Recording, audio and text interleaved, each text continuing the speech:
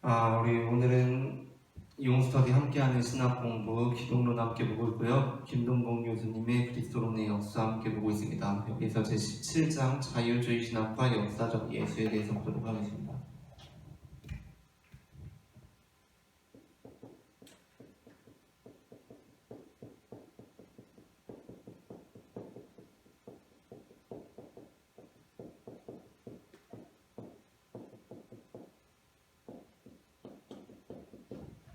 제17장 자유주의 신학과 역사적 예수에 대해서 함께 보려고 하고요.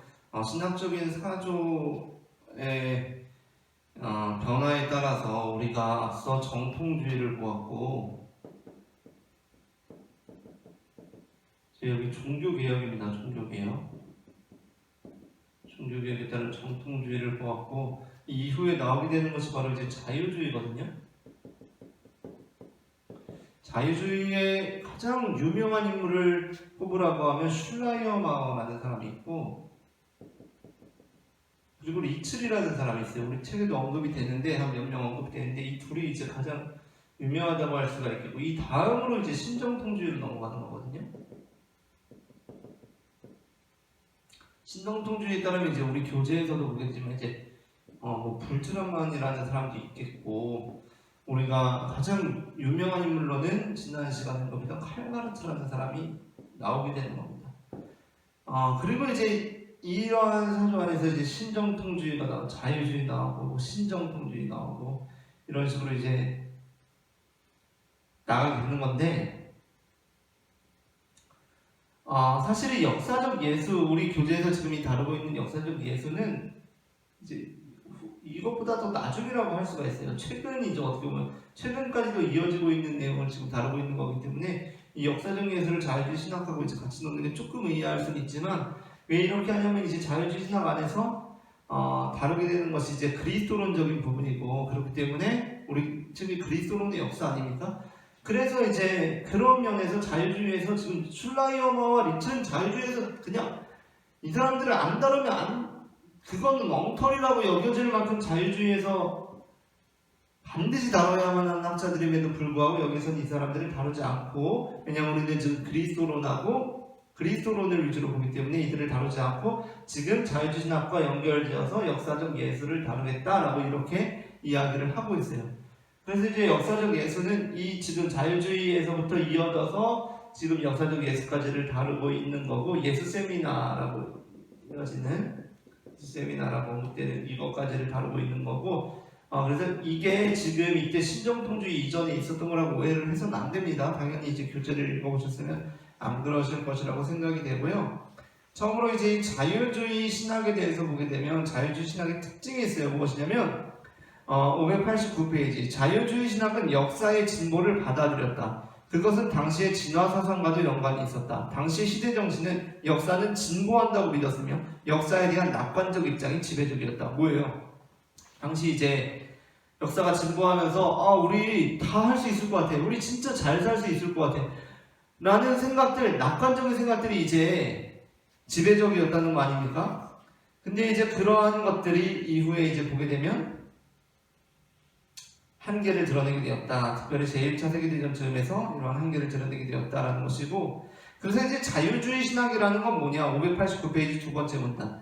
자유주의 신학은 시대적 변화에 따라 신앙의 재구성을 필연적으로 생각했다. 자유주의 신학이 합리성의 토대를 둔다는 의미에서 자유주의 신학의 출발점을 인간이라고 할 수 있다. 라는 겁니다. 그러니까 합리성, 인간을 중요하게 보고, 그래서 중간쯤 보시면 합리성과 과학적으로 확정될 수 있는 것을 받아들이겠다라는 입장이다. 따라서 자유주의 신학은 성서에 대한 정통적인 해석 방법을 고집하지 않았다라는 겁니다. 그래서 이제 나오게 되는 것이 성서에 대한 비평학적 해석, 특별히 역사적.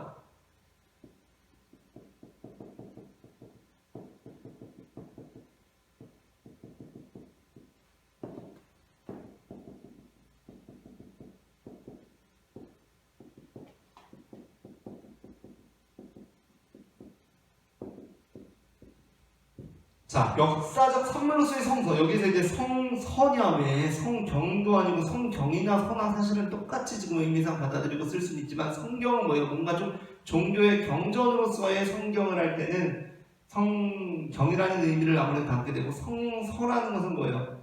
그냥 어떠한 역사적 사물로서의 책이라는 의미를 담고 있다라고 주장을 하기도 해요. 철저히 구분하게 쓰려고 할 때. 그래서 성서라는 건 조금 그런 뉘앙스를 담고 있다고도 할 수 있는데 이게 역사적 사물로서의 성서라는 거예요 지금. 이게 중요한 겁니다. 왜? 성경은 뭐예요? 하나님 말씀이잖아요. 하나님께서 주신 말씀. 이거는 보편적인 거고요. 이건 역사 초월적인 거고요. 이거는 하나님께서 우리한테 주신 거야. 이거는. 근데 성서가 왜 역사적 산물이에요? 역사적 산물이라는 건 뭐냐면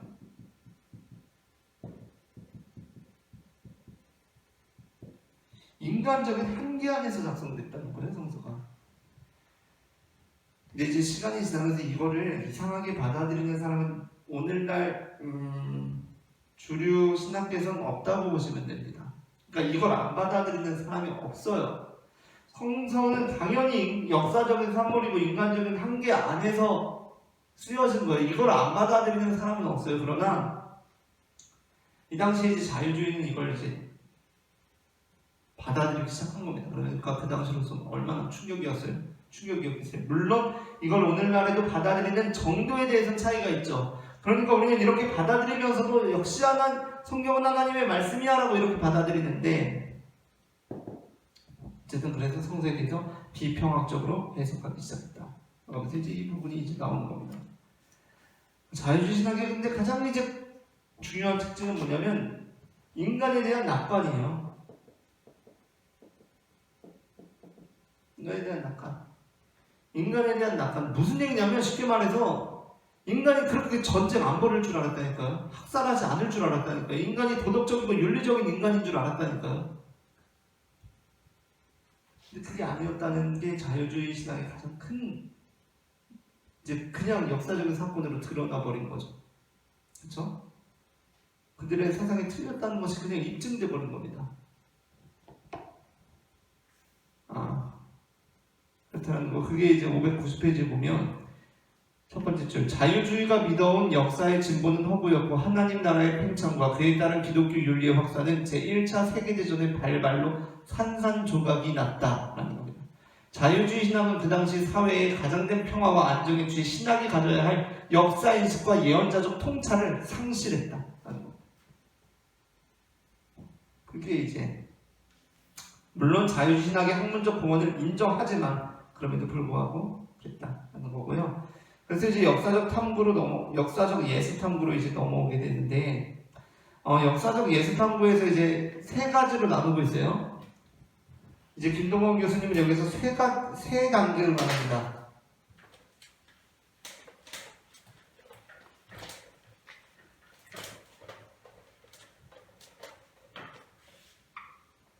뭐냐면 옛 탐구, 새 탐구, 제3의 탐구.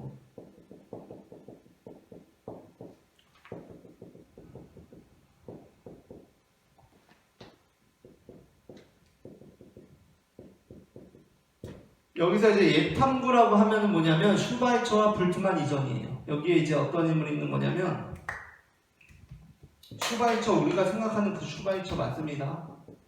우리 예전에 종교 신학할 때도 한번 나왔죠. 슈바이처가. 그렇죠? 슈바이처는 엄청난 천재죠. 그렇죠? 슈바이처가 나오고 이게 불트만이라는 사람이 나와요. 그리고 새 탐구는 이제 불트만의 연속적인 면이 이제 지속되는 그러한 상황인 거고요. 그리고 이제 제3의 탐구가 뭐냐면 바로 예수 세미나입니다. 이렇게 이해를 하시면 돼요. 우리가 이제 부분적으로 이제 다루면서 넘어갈 것은 뭐냐면 옛 탐구에서 중요한 거는 이제 라이마루스라는 사람을 볼게요. 라이마루스 594페이지의 셋째 줄 보시면 라이마루스의 연구는 내용보다 방법론이 중요하다. 그는 예수의 말과 교회에 의해 예수에게 첨가된 말을 구별했다. 라이마루스는 예수를 하나님 나라를 선포한 유대인으로 보았다. 라이마루스에 따르면 하나님 나라는 예루살렘에 자리하는 왕국이며 군사적인 힘을 통해 세우게 될 정치적 왕국이었다. 누구가? 예수님이. 예수는 무력으로 지상의 왕국을 세우려 했으나 십자가의 처형됨으로 그 뜻을 이루지 못했다는 것이다. 예수의 제자들은 예수가 자신들이 기다렸던 메시아라고 믿었지만 그 가지고는 기독교로 수정 발전시켰다. 라이마루스 라는 사람은 어떻게 생각했냐면 예수님은 진짜 정치적으로 뒤집어 엎어서 하나님의 나라를 이루려고 했어요. 그런데 예수님은 그냥 그게 실패해서 십자가에 셔겨서 죽었어. 그러자 어떻게 했다고요? 예수님의 제자들이 예수님은 사실은 그런 정치적인 메시아가 아니라 우리들의 그런 메시아야, 신앙적인 메시아야 라고 이렇게 했다는 겁니다. 그렇게 라이마루스는 주장하는 거예요. 그러니까 어떻게 보면은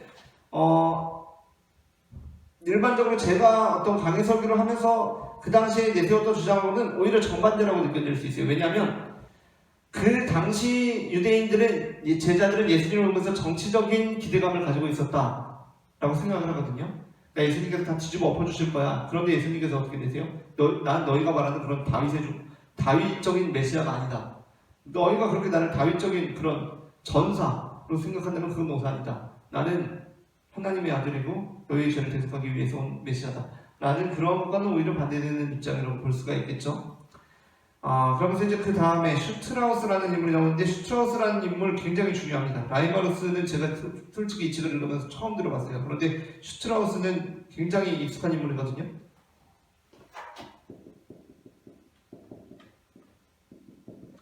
슈트라우스라는 인물은 어떠한 사람이냐면, 여기에 보게 되면 구약 성서에서 통용되던 신화 개념을 새롭게 정의하고 신화라는 관점에서 복음서를 재해석했다라는 겁니다. 신화적이라는 것은 허구라는 뜻이 아니라 종교적 진실을 전달하는 상징적 의미를 말한다. 신화. 물론 슈트라우스가 신화를 처음 사용한 학자는 아니지만 신화라는 개념을 사용했다라는 것이고요. 신화라는 것은 그래서 여기도 나오게 되지만 문자주의와 합리주의에 맞서는 제3의 방법을 제시하는 것이다라는 겁니다. 신화는 불투만에 있어서도 중요하거든요.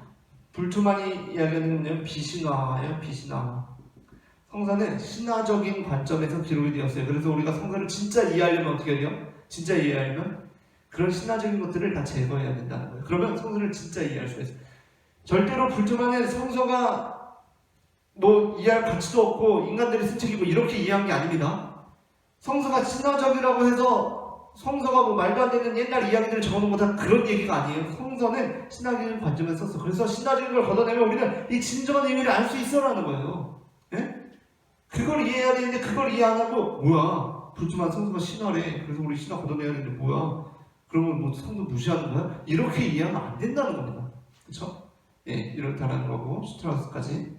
그래서 문자주의와 합리주의에 맞서는 제3의 방법이 신화를 통해서 이제 시작되기 시작하는 겁니다. 시작되기 시작하는 거예요.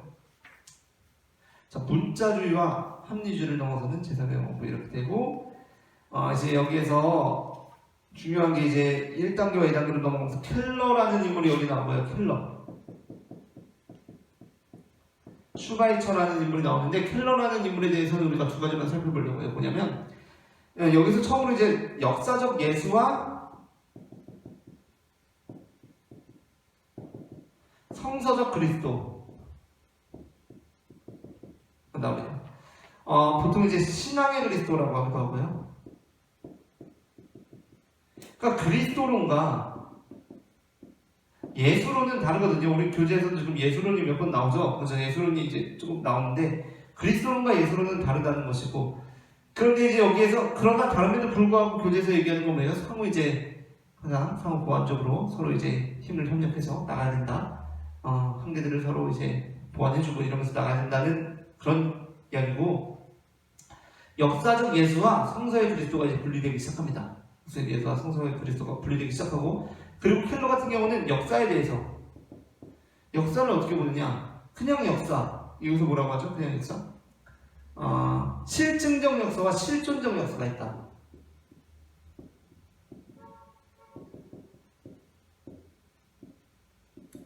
실증적 역사가 있고 실존적 역사가 있다. 실존적 역사, 여기에 이제 597페이지에 보게 되면 중간 문단에 켈러는 이 논쟁적 글에서 역사적 예수와 성서의 그리스도의 구별에 이어 또 하나의 중요한 개념적 구별을 시도했다. 그는 역사를 실증적 역사와 실존적 역사로 구별하였다. 이 두 단어는 한글로는 역사로 번역되기 때문에 구별이 어렵지만 중요한 차이가 있다. 실증적 역사는 과거의 사건을 재구성하기 위해 날짜, 장소, 사건의 사실적 확인과 재구성에 사용되는 용어이다. 실존적 역사는 인간의 실존이 역사와 마주해서 도전하고 결단할 때 사용된다. 켈러는 신앙의 토대를 실증적 역사에 바탕을 둔 예수가 아니라 교회의 선포를 통해 임한 실존적 그리스도 위에 두었다라는 겁니다.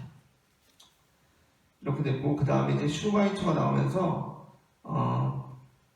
슈바이처가 역사적 예수의 탐구라는 글을 통해서 이 지금 예탐구를 어떻게 보면 종결지은 인물로 나오고 있고, 그러나 그럼에도 불구하고 또한 이는 슈바이처는 역사적 예수 탐구에 본인이 속해 있기도 하다라는 겁니다. 그게 599페이지에 나오는데요.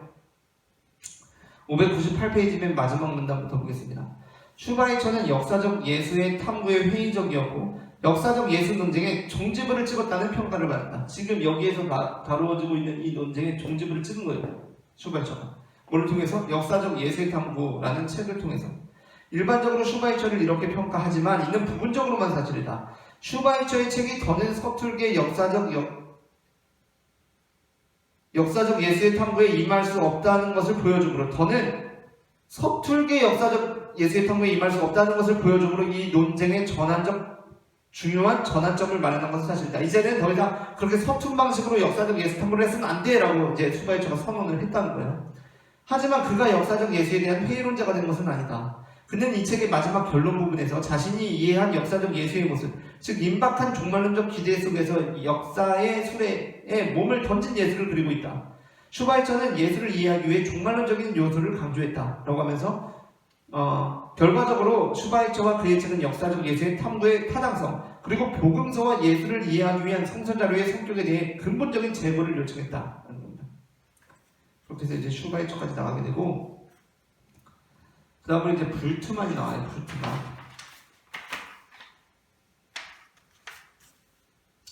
불트만의 이제 공간복음 전승사라는 책이랑 예수라는 책이 이제 나오게 되는데, 공간복음 전승사라는 책을 통해서 불트만은 역시 그 이전의 역사적 예수 탐구에 대한 비판을 가하는 겁니다. 그러나 그 이후에 예수라는 책을 통해서 다시 그가 역사적 예수 탐구의 뿌리가 되는 것 같아요. 여기에 보게 되면 600페이지를 보게 되면 슈바이처의 책 이후 역사적 예수에 대한 탐구가 뜸한 상황에서 불트만의 공간복음 전승사가 출판되었다. 역사적 예수의 탐구라는 관점에서 볼 때 이 책의 등장은 거의 치명적으로 보였다. 불트만은 예수의 말씀을 양식에 따라 엄격하게 그 진정성을 검증했다. 양식 비평의 결과에 비추어 보면 과거에 해오던 역사적 예수의 탐구는 더는 유지될 수 없었다라는 겁니다. 그러면서 이제 불트만 이후에 역사적 예수에 대한 탐구가 뜸해졌겠죠? 그래서 자연히 불트만은 역사적 예수의 탐구를 종식시킨 인물로 평가받았고, 불트만은 역사적 예수를 찾을 수 없다는 회의론자로 인식되었다. 이러한 가운데 불트만은 예수를 출판했으며, 이 책은 출판되자 즉시 관심을 모았고 여러 말로 번역되었다. 예수는 학자들 사이에 뛰어난 책으로 평가받았지만 불트만의 역사적 예수에 관한 신학적 입장에 대해 어떻게 정리해야 할지 통일된 의견은 없었다. 갑자기 불트만이 역사적 예수를 찾을 수 있다고 생각한 것인가? 라고 이제 이어지고 있습니다. 그러면서 이제 불트만이 라는 인물을 통해서 새 탐구가 이제 시작되는데요. 불트만의 제자들을 통해서 새 탐구가 이제 시작이 되는데, 여기에서는 역사적 예수에 관한 것들보다도 이 학자 둘에서 중요하게 나오는 케제만과 풉스에 대해서 보도록 하겠습니다. 케제만이라는 사람의 특징은 무엇인가? 케제만은 성령에 관해서 우리가 지난주에도 보았지만 교단마다 특징들이 있지 않습니까? 그 중에서도 이제 감리교로부터, 우리가 지난주에 그렇게 자세하게 다루지 않았는데 감리교로부터 우리나라의 성결교가 나왔고요. 물론 아주 직접적으로 말할 수는 없지만 성결교, 그리고 순복음, 이 계열에 있다고 할 수 있는데 많이 다른 건 여기는 뭐냐면 성령을 강조한다는 거. 성령. 특별히 여기서 뭐예요? 더 은사를 강조한다는 겁니다. 은사. 특별히 은사 중에 뭐예요? 방언을 강조한다는 거예요. 근데 과연 우리가 성령을 어떻게 이해해야 하는가, 케제만과 관련해서 한번 읽어보려고 합니다. 맨 아래줄 케제마는 십자가 아래를 바울의 성령론과 연결한다. 바울에게 성령은 1차적으로 영적인 은사가 아니다. 바울은 성령을 예수의 십자가의 선포와 함께 이해했다. 케제마는 바울에게서 성령을 따라 산다는 것은 예수의 십자가 아래 서는 것과 동일한 의미라고 본다. 라고 하면서 이 성령에 대해서 이야기를 하고 있고, 그리고 또 하나 케제마의 중요한 건 요한복음입니다. 요한복음.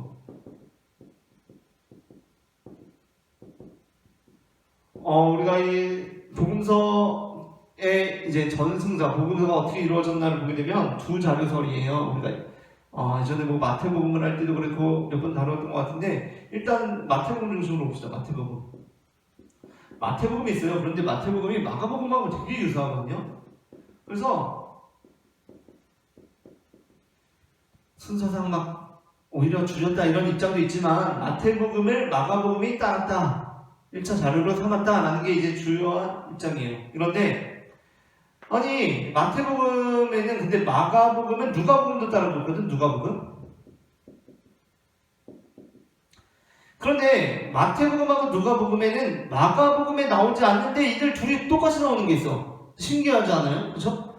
아니 마가복음으로부터 마태복음과 누가복음이 나왔는데, 마태복음하고 누가복음이 마가복음에는 안 나오는데 둘이 똑같이 삼고 있는 게 있어. 그럼 그게 뭘까? 그게 이제 Q자료라고 하는 거다. 어록자료라고 하는 거. 그럼 이거는 존재하진 않아요. 존재하진 않는데 이런 게 있다 치자는 겁니다. 이런 게 있다 치자. 이런 게 반드시 있었을 거다. 왜? 그 자료로서 있었을 거다. 왜냐하면 얘네 둘이 똑같이 나오니까. 마가복음에는 없는데, 그러니까 얘는 뭐냐면 마태복음에도 나오고 누가복음에도 나오는데 마가복음에는 안 나오는 애들을 어록자료라고 해요. 이러한 구조거든요. 그리고 이제 이 구조 안에서 돌아오고 요한복음은 좀 동떨어져 있는 거예요. 요한복음은 좀. 그래서 이제 얘네가 공관복음서고, 요한복음은 좀 동떨어져 있고 관점도 다르기 때문에 역사적 예수 연구에 크게 기여하는 바가 없을 거라고 생각하기 쉬운데, 케제마는 뭐예요? 요한문서가 비역사적이라는 것에 동의하지 않는다. 그는 요한복음이 공관복음서 못지않게 역사적 예수 연구에 중요하다고 본다는 겁니다. 이렇게 나가는 부분, 이 부분은 흥미로운 부분이고요. 그리고 이제 푹스 같은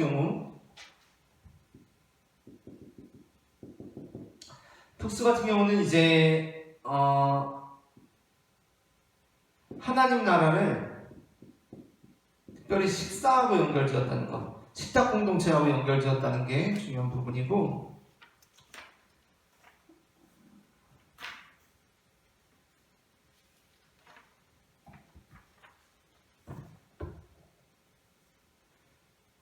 그래서 푹스의 이런 말도 중요한 거네요. 오늘날 예수를 믿는다는 것은 본질적으로 예수의 결단을 반복하는 것이다. 그리고 이제 뒤에 뭐 에벨링이라는 학자가 나오고 그러는데, 이 부분 넘어가고 이제 제3의 탐구를 보려고 합니다. 제3의 탐구가 오늘날 역사적 예술을 아마 조금 보신 분들은 가장 익숙한 부분일 거예요. 제3의 탐구라는 것은 이제 어떤 사람들이 의미하는 거냐면, 예수 세미나고요.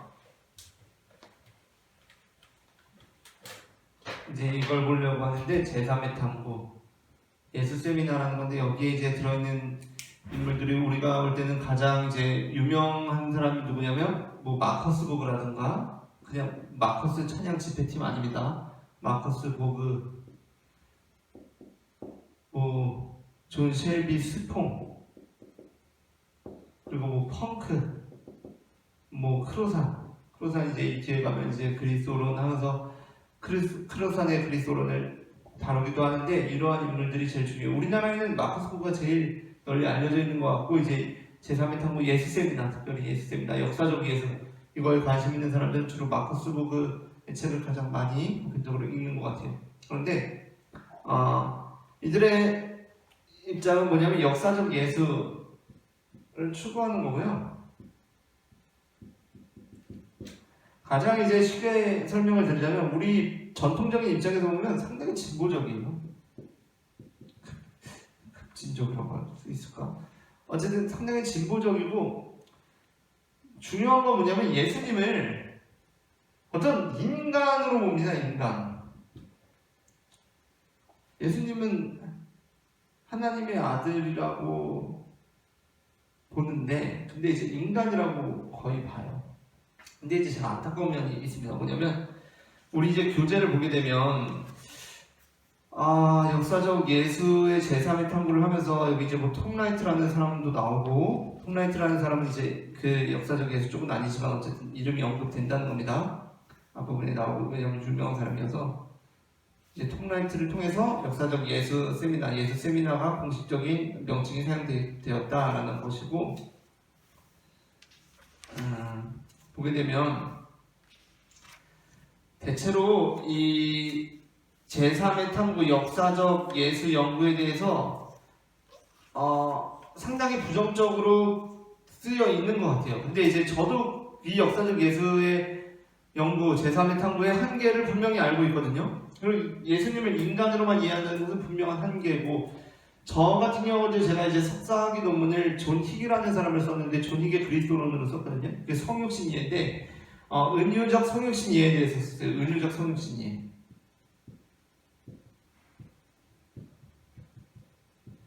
이게 뭐냐면 존 힉의 그리스도론이거든요. 존 힉의 그리스도론 은유적 성육신 이해인데, 이게 직접적인 교류가 있었던 것으로 생각이 되지는 않지만 어쨌든 마커스 보그나 수퐁, 펑크, 크로산 이런 사람들의 예수 세미나적 입장과 유사한 면이 있다고 생각해서 저는 이 사람들의 글을 많이 인용을 했었어요. 그런데 여기서 이제 은유라고 하는 것이 이제 많이 어떻게 이해하느냐에 따라 다른데, 제가 이제 오늘 교재를 한번 보겠습니다. 교재 보게 되면 626페이지.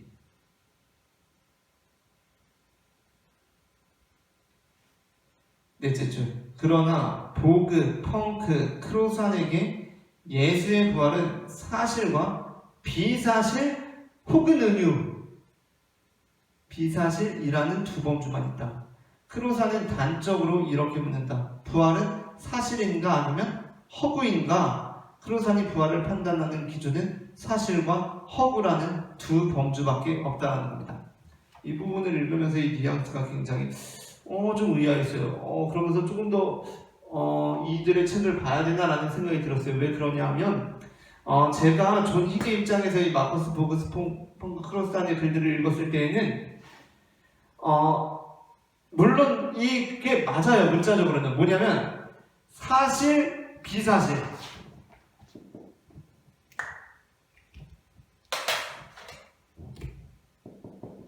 사실이 있고 비사실이 있는데, 이건 비사실은 은유예요.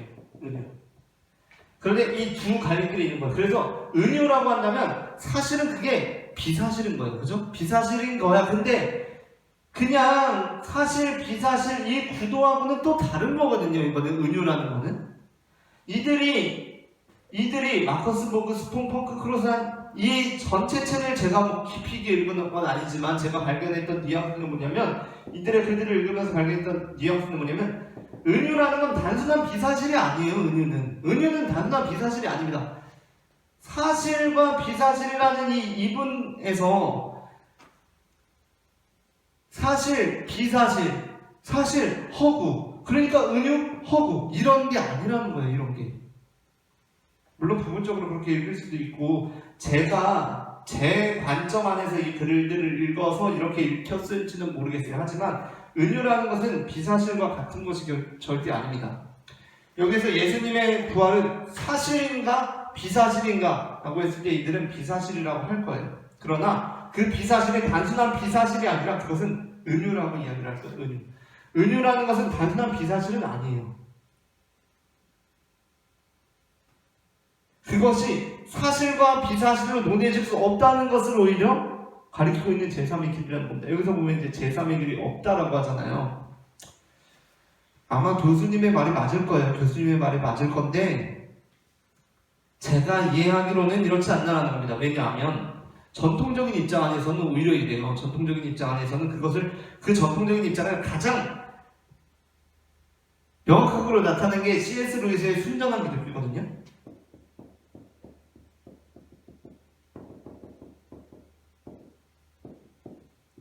C.S. 루이스의 기독교, 순전한 기독교는 참 엄청난 책입니다. 제가 이 책을 20대 초반에 읽고서 정말 몇 독을 했는지 모르겠어요. 너무나 좋아서.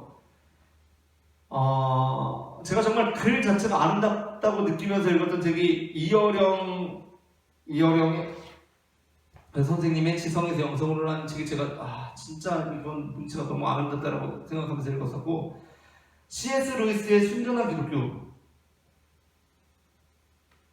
엿독을 했었고, 심지어 제가 이제 교육 전도서를 할 때 교사들과도 몇 번 막 이 독서회도 갖고 그랬을 정도로의 책인데, 이 책의 전통적인 입장이 가장 명시적으로 나타났어요. 뭐예요? 예수님은 진짜 메시아거나 1번,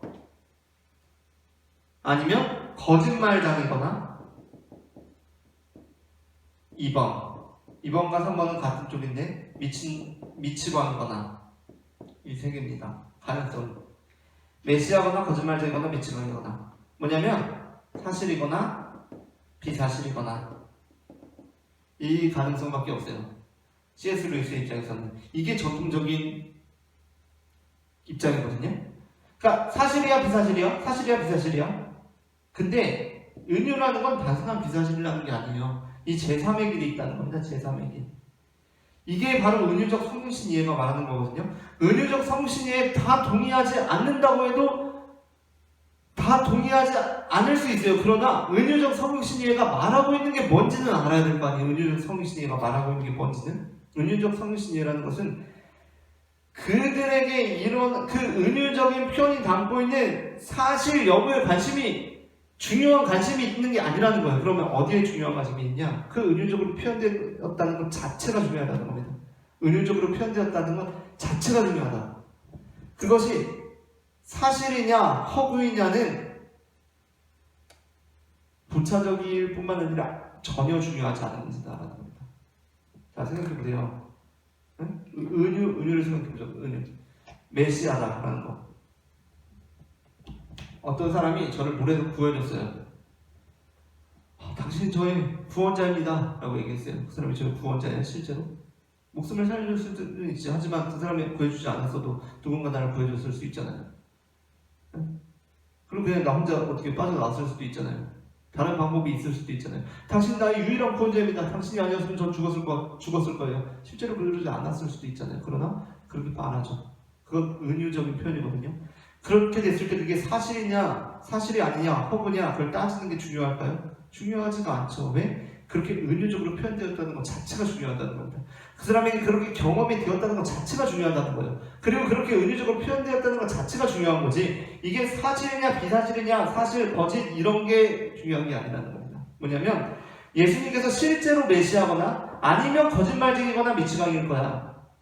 예수님이 중요한 현자 좋은 선생님 이런 가능성은 존재하지 않아라고 C.S. 루이스는 말하는데,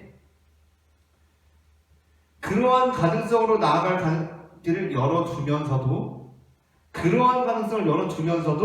이 메시아라는 것 사실이 아니더라도 이 증언 자체가 중요하다고 보는 입장이라는 거예요. 그러니까 예수님께서 실제로 메시아였는지 아닌지는 알지 못하지만 제자들을 통해서 교회를 통해서 예수님이 메시아라고 표현되었다는 것 자체가 중요하다고 보는 입장이기 때문에 이 부분에 대해서 이렇게 잠깐 다뤄보게 되었고, 오늘 여기까지 하도록 하고요. 다음번에 현대 그리스도론으로 넘어가도록 하겠습니다.